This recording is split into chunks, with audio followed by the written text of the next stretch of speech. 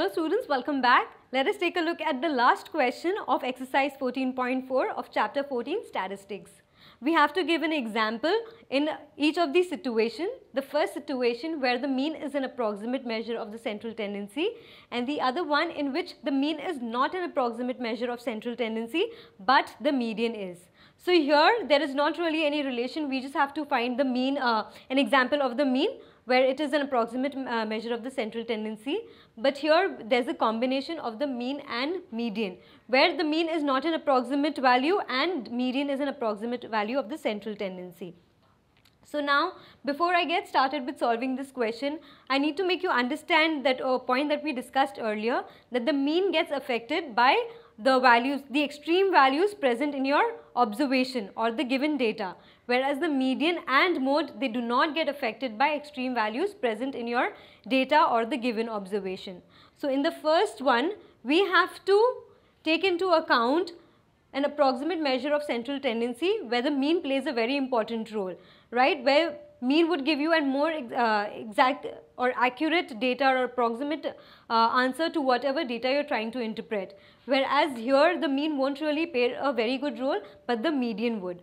So for mean, we are going to take only those data that are very close to each other. So let's say you're considering the heights of a student of, let's say, your class 9A. So if I say heights of student or 5 students of class 9A. So now the heights of 5 students in any class, see, the students are just growing, right? They must be in their teens, so they must be approximately of the same height. Maybe a few minor differences here and there in few centimeters. So you can take heights such as 158.23 centimeters, then 152 centimeters, then 163.88 centimeters, then you can take 151 centimeters and 160.1 centimeters. So here there isn't much variation or extremity in the differences of any observation. So this is an example where the mean or the average is an approximate measure of the central tendency. Now, in case of where median plays a very important role in the measures of central tendency but the mean doesn't, here you can take the marks secured by students of a class. So let's say the marks are out of 100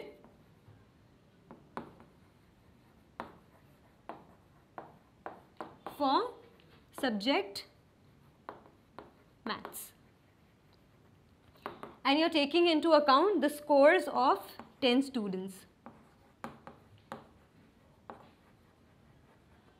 So now median is going to divide the scores or the passing marks, not really passing marks, but it can divide the observation or the scores into 2 equal parts, right? The highest and the lowest categories, right? There will be one fine borderline between those. For example, now we are considering the marks for 10 students, so we can write down the marks of student, let's say, who just passed. So who just passed with 35 marks. One student who didn't really prepare well, just attempted the exam, so he secured, or he or she secured 3 marks. One student probably fell sick, so he secured 0 marks. One student probably secured 99 marks but still was second highest. There was another student who secured 100 marks. There were 3 students who secured just average, which is 50 marks. So I have 1, 2, 3, 4, 5, 6, 7, 8. 1, 2, 3, 4, 5, 6, 7, 8.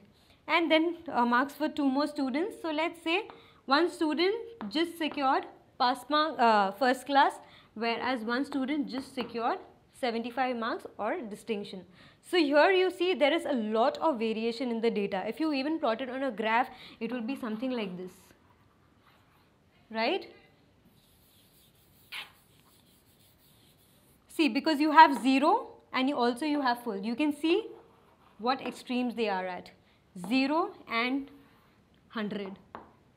That is the minimum marks a student can secure and the maximum marks that a student can secure. So in such a case, the mean is not really helpful. That is, it is not an approximate value of central tendency, but the median will help you divide the data or the observations that you get into two equal parts. That could be the highest or lowest, or you can even categorize it with different names. Alright, that is two sections of the class where students secured certain marks at the lower side and the other part secured marks at the higher side. So this was about the mean is an approximate value of central tendency, but the median is not an, the mean is not an approximate value of central tendency, but the median is an approximate value of central tendency. And I would just like to make one point, and I really want you to jot this down in your notebook somewhere. You're going to refer to the mean gets affected by extreme values in the observation or the given data. However, the median and mode do not get affected by extreme values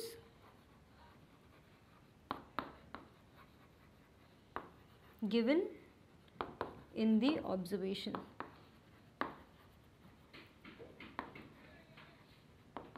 Or data. So here's the solution to the last question of exercise 14.4. We'll take a look at the summary in the next class. Please take a look. Thank you for watching this video. Hope this video increased your knowledge. For more such videos and a completely free educational content, log on to www.epathshala.org or visit our ePathshala YouTube channel. We have each and every question solved for maths, physics, chemistry and biology. So subscribe our channel, share with your friends, like our Facebook page and follow our Twitter handle for regular updates and important educational tips, and also win ePathshala goodies.